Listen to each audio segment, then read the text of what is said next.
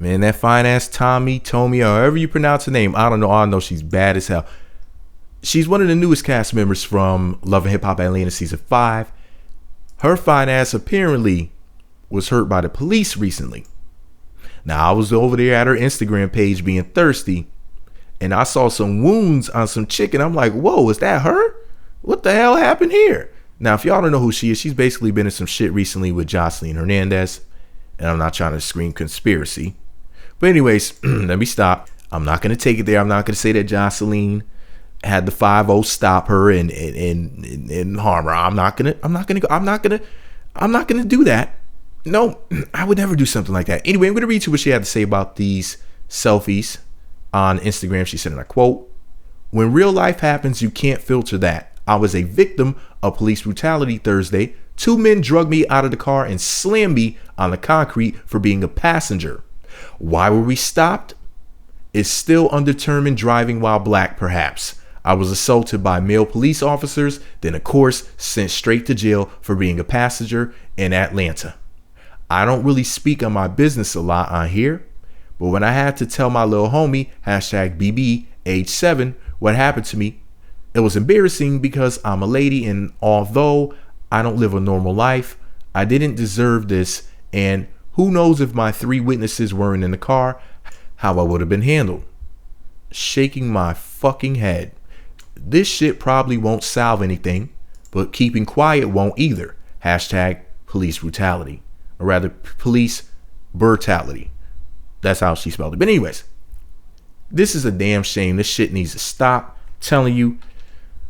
Basically, the conclusion that I came to from everything that I studied is the way that if we're going to stop police brutality, we would basically have to go to the United Nations and claim that the police are basically committing war crimes and genocide against the population.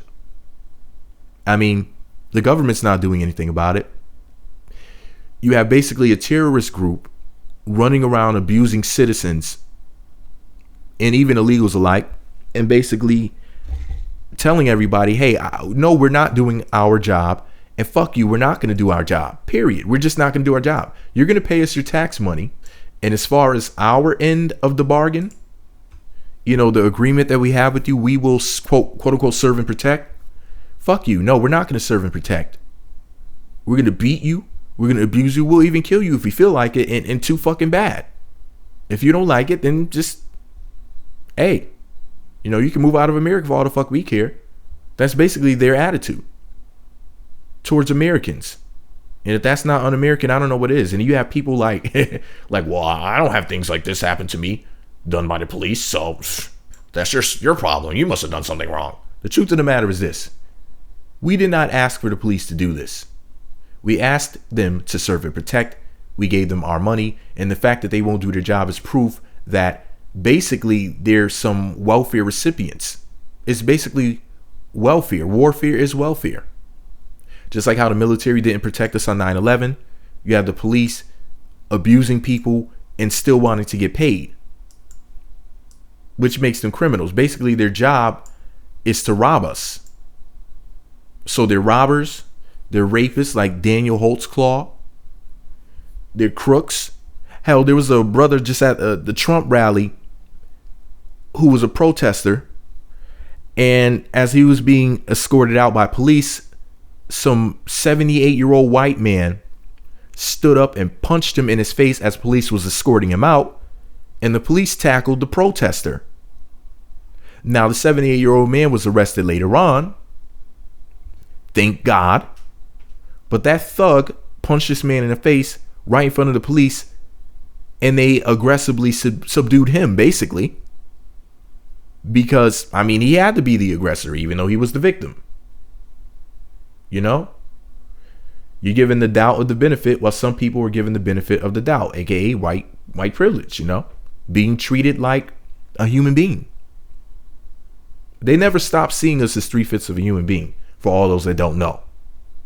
But anyway, shout out to the pretty girl Tommie. Can't wait to see how she gets down on Love and Hip Hop Atlanta season 5, because I don't really know shit about her, except she's fine as hell. That's all I know about her. And she's one of the guys in the show's boyfriend, and she's beefing with Jocelyn right now. But that's a whole nother video for another day.